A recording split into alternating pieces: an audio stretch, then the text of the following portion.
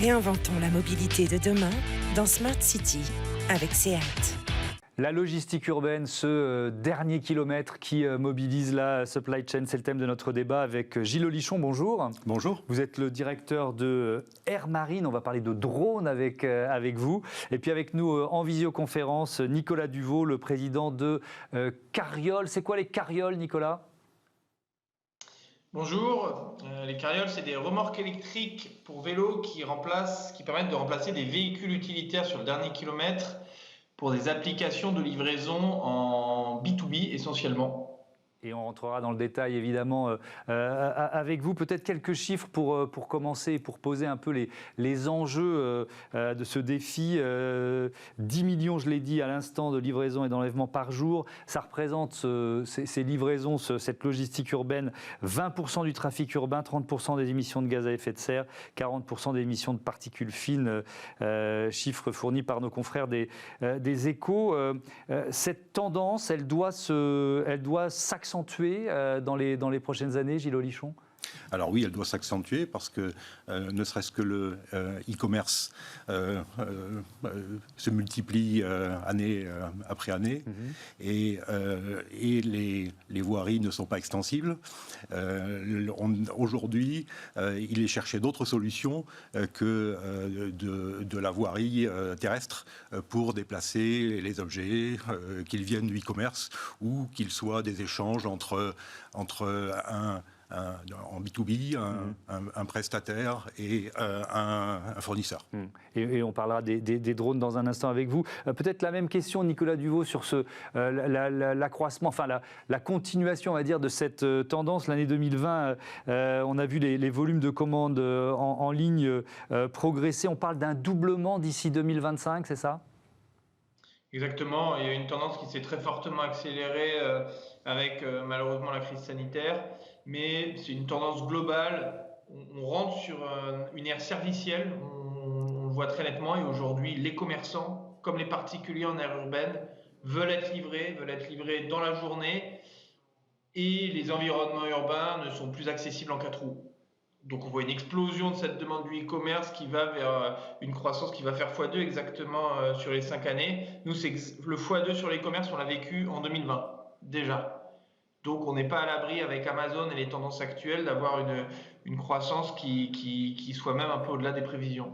Oui, puisqu'on dit 1,5 milliard de commandes en 2020 et on parle de 3 milliards en 2025. Donc vous nous dites que ça pourrait même aller au-delà de ces prévisions. Et donc, et vous êtes là pour en parler l'un et l'autre, il faut trouver des alternatives aux camions et aux camionnettes. Alors Gilles Olichon, le drone, ça peut, alors techniquement, ça peut être une solution déjà. Ça, on peut expliquer ça. Alors oui, très facilement, très facilement. Sur le papier, oui, très facilement. Après, il y a une problématique de sécurité. Faire survoler la population par un drone, c'est un défi. Défi qu'on doit imposer à la population. Il l'acceptera ou il ne l'acceptera pas. Notre autorité régulatrice aussi, qui est la DGAC et l'EASA, a évidemment son mot à dire sur la question. Il faut faire la police de l'air, quoi, c'est ça ? Si on imagine des milliers de drones au-dessus de nos têtes, c'est pas si simple, non ? Alors, d'une part, il faudra faire la police, mais avant de faire la police, il faut aussi normaliser tout cela. Il faut que ça rentre dans un cadre réglementaire. Il faut que le drone soit absolument safe. Et on ne peut pas accepter l'idée qu'il tombe.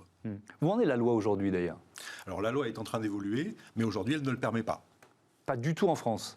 Pas du tout en France. Et ailleurs ? On peut, à ma connaissance, elle n'existe pas non plus. Alors, certes, on peut aménager des couloirs où on va sécuriser le sol de manière à ce que le drone puisse passer et s'il tombe, il ne fera de mal à personne.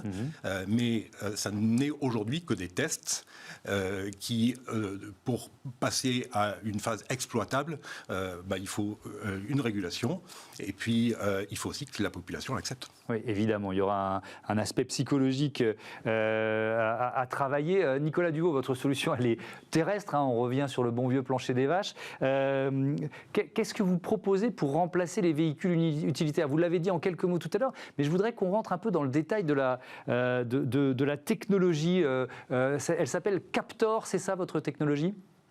Exactement. Alors nous, on est parti sur une technologie très pragmatique. Pour que vous compreniez, on s'est simplement dit que le seul véhicule aujourd'hui qui circulait de manière assez agile dans le milieu urbain, c'était le vélo. Mais qu'aujourd'hui, il n'y a rien qui lui permette de transporter de 300 à 400 kilos et donc de transporter du volume et du poids et de remplacer de l'utilitaire. Donc nous, on s'est simplement dit, plutôt que de travailler sur des technologies un peu complexes, on va aller travailler un outil qui existe depuis la nuit des temps, qui est la charrette. Et on va lui mettre un peu d'intelligence. Et donc, on a inventé des charrettes intelligentes et électriques, si vous voulez. Et donc, c'est ce que vous voyez là, des pick-up et des utilitaires. C'est des remorques électriques pour vélo, qui ont différents formats. Donc, ont un format fermé, comme vous le voyez, qui peuvent être un fourgon, ou des formats ouverts, comme un pick-up. Et le principe, c'est que vous l'utilisez derrière n'importe quel type de vélo. Votre vélo Décathlon, un des 20 000 vélos de la Poste, un Vélib. Et elles vont vous permettre de transporter jusqu'à 250 à 300 kg de charge sans aucun effort. Alors, j'ai du mal à comprendre. Ça veut dire que le vélo lui-même n'est pas électrique, c'est ça, hein?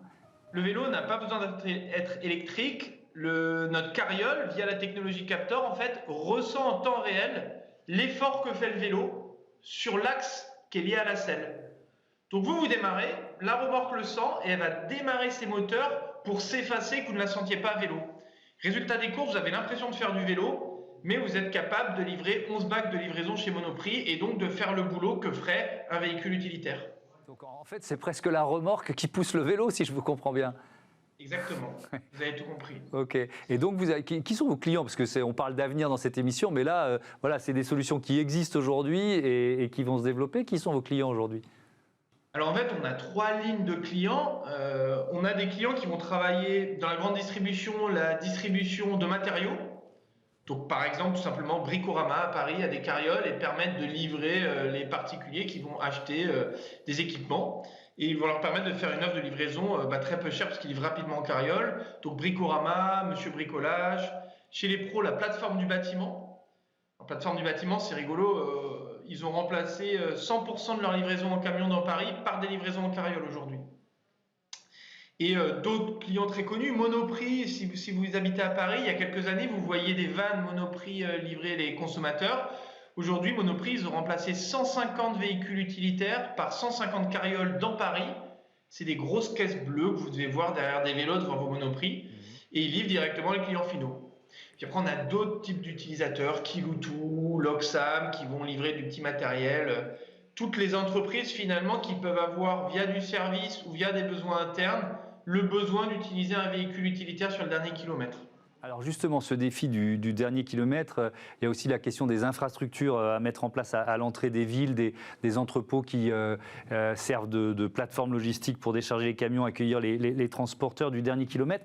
Mais il y a la question du temps et de la distance entre cet entrepôt et le centre-ville. Un drone, Gilles Olichon, si on rentre dans les détails techniques, un drone, ça peut livrer quel type de colis et jusqu'à quelle distance? Alors vous allez me dire, ça dépend de la taille du drone, j'imagine, mais c'est quoi la réponse à cette question? Alors, ce qui est aujourd'hui admis par les gens qui travaillent dessus, c'est que de 3 à 5 kilos, on déplace déjà plus de 80% des colis. Voilà. D'accord, donc ça veut dire que vous pouvez avec un drone opérer sur 80% du marché, donc c'est déjà pas mal. Et il faut un drone de quelle taille pour porter un paquet de 3 à 5 kilos? Je le montre moi, ça fait quoi? Ça fait cette envergure-là à peu près? Ou un peu plus grand, un peu plus grand, oui, ouais. Un peu plus. Pour 3 kilos, on va être entre 10 et 15 kilos de masse au décollage du drone. D'accord. On dit assez couramment que sur un drone, il y a un tiers de la masse qui est par toute la cellule du drone, un tiers pour emmagasiner l'énergie, oui, et un tiers de charge utile. Alors, on voit au moment où vous parlez des images qui nous projettent un peu dans ce que pourrait être l'avenir du drone dans votre entreprise. Ça s'appelle le Pélican. Comment il fonctionne? Décrivez-nous, vous pouvez me regarder, décrivez-nous ces images. Alors, il résulte déjà d'un cahier des charges qui est que le drone ne doit pas tomber. Même s'il fait une collision en vol contre un oiseau, contre un autre aéronef, contre un système au sol, une grue, il ne doit pas tomber. Donc, on a développé une solution qui permettait qu'il ne tombe pas parce qu'il bénéficie de deux moyens de sustentation. D'abord, c'est une aile volante, oui. Et d'autre part, il a des propulseurs intégrés dans les ailes et qui lui permettent justement de pouvoir se sustenter même si la voilure avait un gros choc. Ok, donc il tient en l'air même en cas d'accident. Ça, c'est le premier élément. Ce qu'on voit sur les images, c'est qu'il a une sorte de, je ne sais pas quel terme employer, mais de coffre intérieur qui lui permet de livrer le colis dans un espace prévu pour ça. C'est comme ça que vous l'avez imaginé? Alors, ce qu'il faut dire aussi, c'est que le drone ne suffit pas à régler cette problématique-là. Il faut aussi que le drone puisse se poser pour pouvoir récupérer un nouveau colis, oui. Ou livrer ce colis-là. Voilà. Et il faut savoir aussi que en ville, l'aérologie, c'est-à-dire le vent qui passe sur la rugosité du sol, et sur les maisons, la rugosité est importante, eh bien, l'air est perturbé. Et le drone, lui, son espace, c'est l'air. Donc, il faut aussi régler la problématique de son atterrissage. Exactement. Ouais. Donc voilà. Il faut un espace dédié, c'est ça? Il lui faut un espace dédié, ouais. Et qui soit le moins possible perturbé par la rugosité du relief.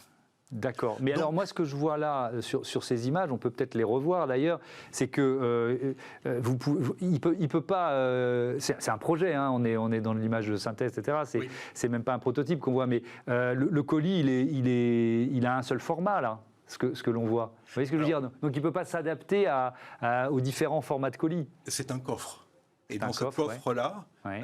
On vient mettre le colis. Et d'ailleurs, ce coffre-là aussi détient également les batteries, c'est-à-dire l'énergie qui va lui permettre d'aller vers un autre endroit de livraison, enfin d'enlèvement ou de livraison. C'est quoi le principal frein aujourd'hui? C'est la réglementation? C'est pas la technologie, si je comprends bien. Alors, c'est tout ça. Un peu les deux. Voilà. C'est la technologie, parce qu'il faut pouvoir démontrer que la technologie est fiable, qu'elle sait s'affranchir des problèmes de l'aérologie. Il faut aussi que la population l'accepte. Et on a, avec un drone, des bruits, des sons qu'on n'a pas l'habitude d'entendre. Donc notre génération aura du mal à être convaincue. Je pense en revanche que les générations qui arrivent, ouais. Elles, seront beaucoup plus favorables à ça. Et voilà, c'est une problématique. On a l'impression, nous, que ce sont des abeilles en train de nous attaquer. Je reviens, Nicolas Duvaux, à cette question de la distance entre l'entrepôt où, en quelque sorte, les camions livrent les colis et le centre-ville. C'est un point majeur, ça? C'est-à-dire que les infrastructures pour entreposer les colis qui arrivent d'un peu partout en France dans un environnement urbain? C'est un point essentiel. On est en train de voir un environnement qui est en pleine mutation sur le dernier kilomètre, avec des points relais finalement urbains, des zones de logistique urbaine comme elles sont appelées, où vous allez avoir un flux des très longues distances qui va arriver sur des horaires où la ville est fermée pour déposer des volumes importants de colis, de matériaux, et vous allez avoir la journée de cette zone de logistique urbaine des véhicules qui vont rayonner. Alors ça peut être des carrioles, ça peut être des petits véhicules électriques, des vélos cargo, et c'est comme ça que le paysage urbain est en train de se réinventer autour du dernier kilomètre. Donc il y a deux types d'acteurs. Il y a les acteurs qui ont déjà ce foncier, cette présence, les postes nationales, ou des acteurs du retail qui avaient déjà ces entrepôts pour de l'alimentaire et donc qui se positionnent très rapidement comme des acteurs efficaces du dernier kilomètre parce qu'ils ont déjà ces entrepôts. Et puis il y a tous les acteurs traditionnels qui ne les avaient pas, qui il y a 10 ans, 20 ans, continuaient à arriver avec le camion sur le dernier kilomètre depuis l'autoroute, qui aujourd'hui ne peuvent en fait plus le faire, que ce soit d'un point de vue écologique mais aussi économique. C'est d'ailleurs le premier sujet, c'est le temps de circulation sur le dernier kilomètre, c'est la première pénibilité qui fait que les acteurs traditionnels vont vers des nouvelles mobilités. Et pour ces acteurs-là, eh ben, ils sont dans l'obligation de faire des partenariats avec des structures qui vont leur permettre d'avoir des zones urbaines de stockage. Oui, alors on a fait, dans cette émission, on avait fait un débat sur les parkings du futur et je vois que la ville de Lyon vient de décider de créer un site internet qui met en relation les commerçants et les professionnels de la livraison décarbonée, comme vous d'une certaine façon, et qui gère ce site, c'est Lyon Parc Auto, qui possède 35 parkings dans la ville de Lyon. Donc on est aussi dans, voilà, il faut inventer de nouveaux lieux de stockage, c'est ça? Et voilà, l'exemple est criant. On a des entreprises historiques qui ne sont pas des logisticiens, qui ne sont pas dans le retail, qui ont des lieux de stockage, donc Lyon Parc Auto, mais beaucoup d'autres entreprises qui à l'époque stationnaient beaucoup de véhicules particuliers. Ces entreprises vont être des partenaires de la logistique de demain parce qu'elles vont mettre à disposition des zones de logistique urbaine. Et d'ailleurs, elles vont devoir faire monter, elles vont devoir électrifier ces zones parce que la logistique urbaine va se faire avec des véhicules de plus en plus électriques ou au gaz, mais il va falloir mettre des moyens de recharge dans ces espaces-là. Mais c'est exactement ça, le stationnement urbain fera partie intégrante de la logistique du dernier kilomètre. Ils vont accueillir des flux. Oui, restez avec nous, pardon de vous interrompre, on va continuer, on reste dans ces défis, dans cette logistique avec la chronique d'Olivia Hieré-Dobré, on va parler d'Amazon.